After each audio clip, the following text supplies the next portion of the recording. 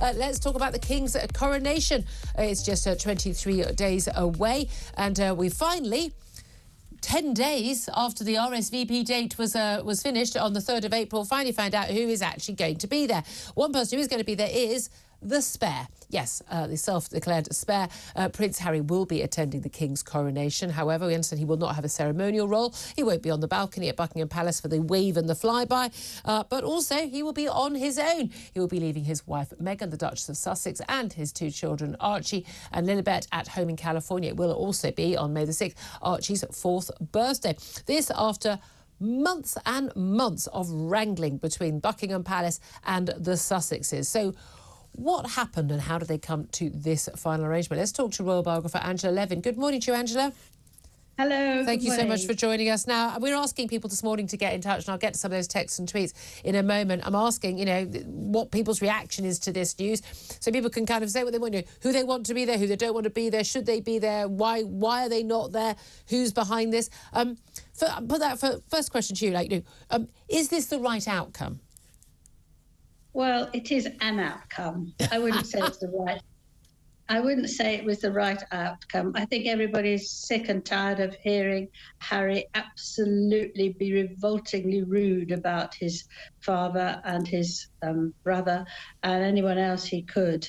So it's not great news, but it is news that perhaps King Charles will be more pleased about. And I think that at least it is something. I mean, the fact that it's Archie's birthday, I've never known a 4-year-old who will know exactly what date his birthday is on. You can do the party the day before or after. I'm sure he can get back. We know it's going to be a lightning visit. But there is an issue. The issue was, I mean, obviously, I don't think both of them were going to come without the children. We understand there were some negotiations over where they would sit in the Abbey. Whether they would have a ceremonial role at all, whether Archie would have some sort of role in the ceremony, would they be able to appear on the balcony? We understand there was lots of talk about that. There's some claims that it was Kate, the Princess of Wales, who basically said, not a chance, they're not on the balcony. No, she wouldn't. She's a very, very polite young woman who keeps herself to herself. Doesn't mean she doesn't have an opinion, Angela.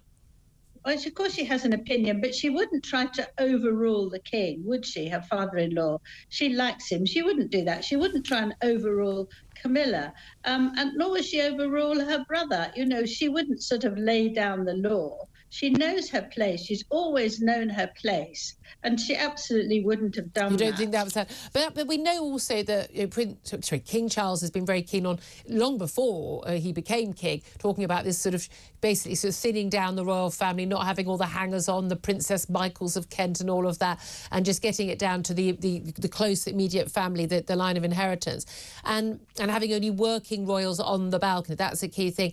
If they did have Harry on the balcony at Buckingham Palace after the ceremony, you would expect then to have Andrew, because he doesn't want to have Prince Andrew on the balcony. So that kind of was probably a no-brainer. But do you think the lack of a role, just the sort of you're just another guest sitting at the back of the Abbey, that is what would have put off Meghan from coming? Well, I think Meghan doesn't believe in supporting anybody in her family. It's all about herself. And I think that Harry was the one who was very worried about whether he should go or whether he shouldn't. And in the end, I suspect they had a huge argument, and he went and she's staying behind. I think she would want to be in the front row and the first one in the front of the balcony, and it's ridiculous.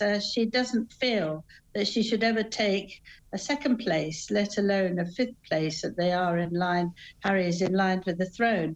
I just think that she, that the front of the Sun was very good this morning, where you see King Charles walking Meghan down the aisle and saying, if he did this for you, shame you couldn't do this for him. It's a very important point, isn't that? Because actually that was quite poignant when her father couldn't come or wouldn't come and came with heart problems, and they'd had that big falling out. We know all about that letter and that court case involving that. But it was actually rather poignant. You know me, I'm no royalist at all. I felt for any woman who's, not got her father at her wedding. I felt for it. But she only had one member of her family at her wedding. I mean, if that isn't a big neon sign saying warning, psycho alert, I don't know what is, for goodness sake. Yes, absolutely right. And then she said to him, you can only do it halfway down. She was quite happy, actually, walking down on her own. I'm sure you wouldn't have been, and most women not.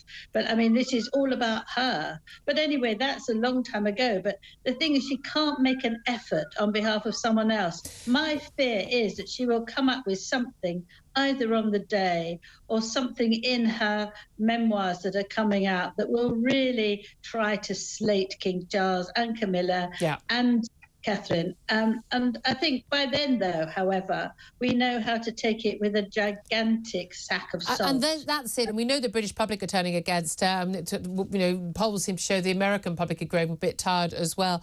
And there is an element where people can see they want it both ways. They want to keep the titles, give their kids Prince and Princess and HRH, Duke and Duchess of Sussex, and have all the trappings, but they don't want to do any of the duty. And look, this is just one of those family duties, isn't it? We've all done this. You have to go to some god-awful family event. Hello, my lovely family. We largely do good fun ones, but there's always some family event you've got to go to, and you do it because that's just what you do. You have to put your feelings to the side and help out. But also, it's completely ludicrous to insist and fight and complain to Oprah Winfrey that your children didn't have royal titles and then not let them see something. I mean, surely 4-year-old could remember the event. He wouldn't remember the details, but he would know he was there and he would know the event. It'd be very, very interesting how he feels that he was not allowed to do this when he's older. Well, but for me, I think, again, a lot of this comes down to not just like royal duty. If you want to keep the titles, this is part of the stuff you do and you suck it up. But I say the family duty, but also just looking at this, just say as an ordinary member of the public and them being ordinary people, you have got... I mean, whatever. Look, I don't think King Charles is going to be a good king. I think he's... I think he'll be an excellent king. I know you do. I think he's deeply, psychologically and his background, the wrong sort of personality to do this job for so many different reasons. And his I spent a year with him. I know you did. I know you disagree with, but however, he's also a father and he's also a grandfather, and I do just think the fact that he doesn't get to see pretty much ever two of his grandchildren, and that those children, Archie and Lilibet, don't know their cousins at all. I think is really, really sad. It's very sad. And of course, you know that if you have small children together, the older ones are often delighted to play with the younger ones because they know that they're cousins, and they can heal things for adults who can sit around and watch and then start a conversation. I can't see anybody starting a conversation with Harry. Where do you start it? No. Or Harry and Meghan. But if you've got children there, they're brilliant at breaking feelings of bad feelings and helping to move things on. But that's not allowed either. She doesn't want them to know them, the family, but she wants them to be part of the family just because it sounds good. I mean, it's really shocking. It really is. An awful lot of people will be agreeing with you on all of that. Angela Levin, royal biographer, thank you so much for joining us.